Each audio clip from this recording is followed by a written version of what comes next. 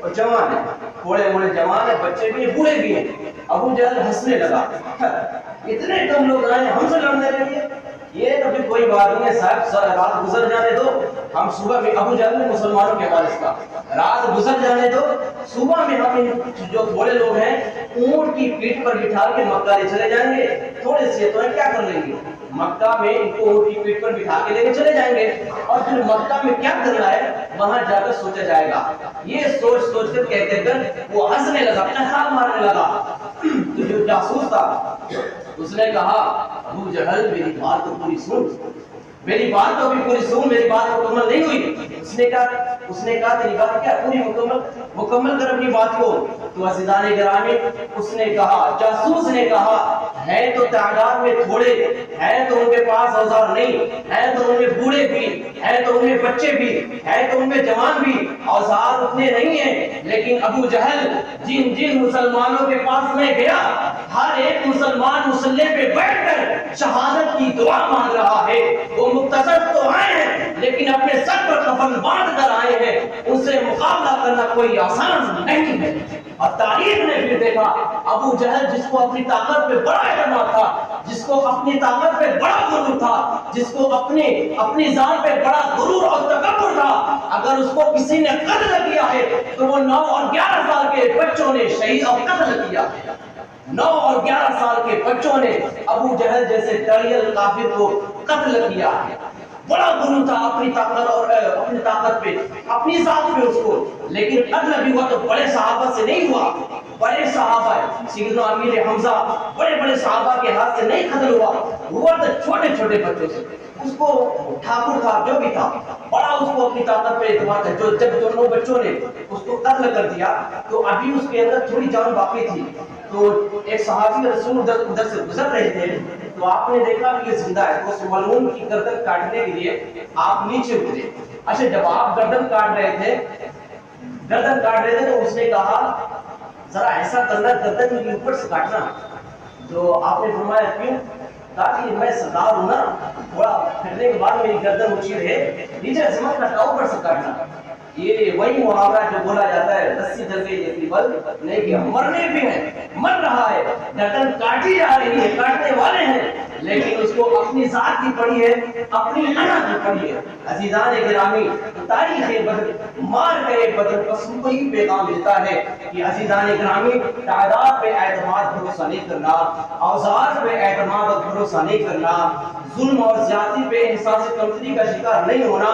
بس جو شریعت نے ہم کو پیغام دیا ہے، جو شریعت نے ہم کو حکم دیا ہے، جو ہمارے مولا نے ہم کو حکم دیا ہے، بس وہ کام ہم گزر جائیں، باقی اللہ رب العزت ہمارا حافظ ہے، باقی اللہ رب العزت ہماری حفاظت کرنے والا ہے۔ یہ بات بار بار کی جاتی ہے، یار جب ایک ماں، ایک محتاج ماں اگر اپنے بچے کو معمولی سی اذیت پہنچنے نہیں دیتی تو جو 70 ماہوں سے زیادہ پیار فرمانے والا رب ہے وہ اپنے بندوں کو تکلیف کیسے پہنچنے دے گا؟ لیکن عزیزان گرامی سوال تو پیدا ہوتا ہے کہ وہ 70 ماہوں سے زیادہ پیار فرماتا ہے، اس کے باوجود بھی ہم ظلم کا شکار کیوں ہو رہے ہیں؟ اس کے باوجود بھی ہم مصیبتوں کا شکار کیوں ہو رہے ہیں؟ اس کے باوجود بھی ہم پر ظالم کافر غلبہ کیوں پا رہے ہیں؟ لیکن یہ بھی قرآن مجید میں اللہ رب العزت نے ارشاد فرمایا، اس کا مفہوم ترجمہ یہ ہے، بے شک اللہ رب العزت کافروں کو مسلمانوں پہ غلبہ نہیں عطا فرماتا۔ کیا ہے؟ بے شک اللہ عز و جل کافروں کو مسلمانوں پر غلبہ عطا نہیں فرماتا۔ اب آپ کہیں گے کہ یہ تو بات لیکن الٹی نظر آ رہی ہے، ہم نے عراق کو دیکھا، بغداد کو دیکھا، نہ جانے آج پرتوریزی کا عالم ہے، وہ اپنا ملک ہندوستان ہو، فلسطین ہو، کوئی سا بھی ملک ہو، جہاں دیکھو ظلم و بربریت کا ننگا ناچ ناچا جا رہا، اور عزیزان گرامی ہر جگہ ٹارگٹ ایک ہی ہے، مسلمانوں کو مٹاؤ، مسلمان کی مساجدوں کو گراؤ، مسلمان کے مدارس کو گراؤ، مسلمان کے گھروں کو گراؤ۔ ابھی دہلی کے حال ہی کی بات آپ نے بھی دیکھا ہوگا، ایک مسلمان کے گھر کو گرا دیا گیا، عین افطار کے وقت مسجد کے سامنے وہ اپنا ننگا ناچ رہے تھے، اور کھلے عام یہ دہلی کی اپنی دہلی کی بات ہے، کھلے عام مسلمانوں کو کہہ رہے تھے تم کو قتل کر دیا جائے گا، تم کو بھگا دیا جائے گا، تم کو مار دیا جائے گا، ان کو احساسات کو ابھار رہے تھے، ان کو اتنا جلا رہے تھے کہ یہ مسلمان آفس سے باہر آ کر ہم پہ ہاتھ اٹھائے، اور جب ہم پہ ہاتھ اٹھائے تو پھر ان کے پھنسنے کی نوبت آ جائے گی۔ عزیزان گرامی، بہت اکسایا گیا، بہت تنگ کیا گیا، اس کے بعد مسجد میں جانے سے بھی روکا گیا، مارا بھی گیا۔ تراویح پڑھ کے کتنے مسلمان گھر کو جا رہے تھے ان کو بھی مارا گیا، کتنے مسلمانوں کے دکانوں کو، گھروں کو گرا دیا گیا۔ آج ہم اور آپ تو عید کی تیاریاں میں لگے ہیں، لیکن ذرا عزیزان گرامی ان کے بھی بارے میں سوچے نا، جن کے گھروں کو گرا دیا گیا، جن کے گھروں کو ظالموں نے گرا دیا، وہ اپنی زندگی کو کیسے گزار رہے ہیں، ان کے دلوں پہ کیا گزر رہی ہوگی۔ اللہ نہ کرے، اللہ نہ کرے اگر ان کی جگہ ہمارا گھر گرایا گیا ہوتا، اس وقت ہمارے دل پہ کیا گزرتی، جو اس وقت ہمارے دل پہ گزرتی، اس مسلمان بھائی کے گھر گرنے پر بھی وہی احساس ہمارے دل میں بھی ہونی چاہیے۔ یہی کامل ایمان کی علامت ہے۔ مسلمان وہ ہے، آقا نے فرمایا، ایک جسم کی طرح ہے، اگر انگلی میں تکلیف ہو تو پورے بدن کو تکلیف، پیر کے ناخن میں تکلیف ہو تو پورے بدن میں تکلیف۔ اگر مسلمان عراق کا ہو، بغداد کا ہو، دنیا کے کسی بھی خطے کا ہو، اگر اس پہ زیادتی ہو رہی، اگر اس پہ ظلم ہو رہا، تو دنیا کے ہر مسلمان کو اس کا احساس ہونا چاہیے۔ اگر احساس نہیں ہو رہا تو پھر اپنا احساس اور اپنا محاسبہ کریں، کیوں نہیں ہو رہا۔ عزیزان گرامی، جو بات خود کر دوں کہ اللہ رب العزت نے تو فرمایا کہ بے شک اللہ رب العزت کافروں کو مسلمانوں پہ غلبہ نہیں عطا فرماتا۔ آج اگر ہم ظلم کا شکار ہیں، آج اگر ہم کافروں کی زد میں آئے ہیں، اگر ہم پہ کافر غلبہ پائے ہوئے ہیں، تو اس کی وجہ یہ ہے کہ یہ ہمارے اعمال کی شامت ہے۔ اس کی وجہ یہ ہے کہ ہم نے اللہ رب العزت کی فرما برداری کو ترک کر دیا ہے۔ اس کی وجہ یہ ہے کہ شریعت مصطفی کے دائرے میں رہ کر زندگی گزارنا ہم نے چھوڑ دیا ہے۔ اس کی وجہ یہ ہے کہ اللہ رب العزت کی عبادت سے ہم کوسوں دور ہو گئے۔ عزیزان گرامی، وجہ کیا ہے؟ بغداد کا ایک واقعہ دیکھیں۔ بغداد میں جب تتاریوں نے مسلمانوں پہ حملہ کیا اور مسلمانوں کی مساجدوں کو گرایا، مسلمانوں کا قتل عام کیا، فورنسی کا ماحول بپا کیا، آج بھی فلسطین کا ماحول وہی ہے۔ عزیزان گرامی، تو اس کے بعد وہاں پہ مسجدوں میں جانے سے روک، اذان دینے سے روک، مسلمان کو اپنا کام کرنے سے حد کرنے کا، جو بھی مسلمان کا شیوا تھا ہر کام سے روک دیا گیا۔ ایک ظلم کا ایک اعلیٰ جذبہ انہوں نے قائم کیا، ہوا بھی کیا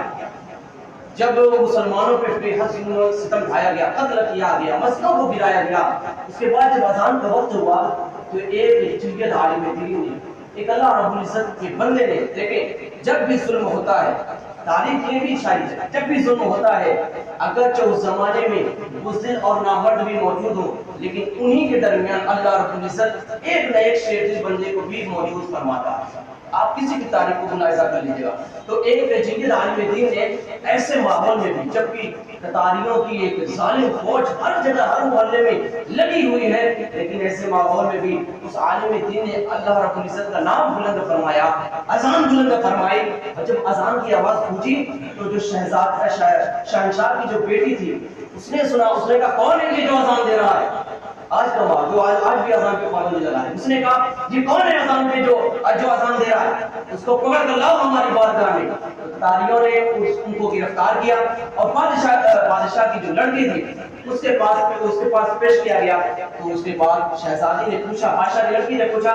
یہ بتاؤ جب بھی تم نے دیکھا یہاں مسلمانوں کا قتل عام کیا گیا، یا مسلمانوں کو مارا گیا، مسجدیں گرائی گئی ہے، لوگ جان لگائی گئی ہے، اس کے باوجود بھی تم اذان کیوں دے رہے ہو؟ کیا تم کو یہ ماحول نظر نہیں آتا؟ تو اس شیر دل مرد مجاہد عالم دین نے جواب دیا، سب کچھ نظر آتا ہے، لیکن میرے رب کی ذات بھی تو ہے، میں اپنے رب کی عبادت کرنے کے لیے پیدا کیا گیا ہوں، میرا رب سب سے بڑا ہے، میں اس کی عبادت کے لیے پیدا کیا گیا ہوں، تو میں اس کا نام کیوں نہ بلند کروں گا، میں اس کا ذکر کیوں نہ بلند کروں گا، میں اس کا نام کیوں نہ بلند کروں گا، میں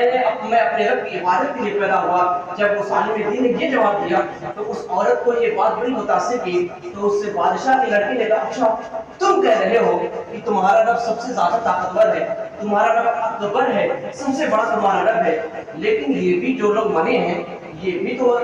اسی رب کی عبادت کرنے والے تھے، جن کو ہم نے مارا ہے یہ بھی تو اسی رب کی عبادت کرنے والے تھے، تم کہہ رہے تمہارا رب سب سے بڑا ہے، تو پھر یہ سب کیسے ملے؟ تمہارے رب نے ان کو معاذ اللہ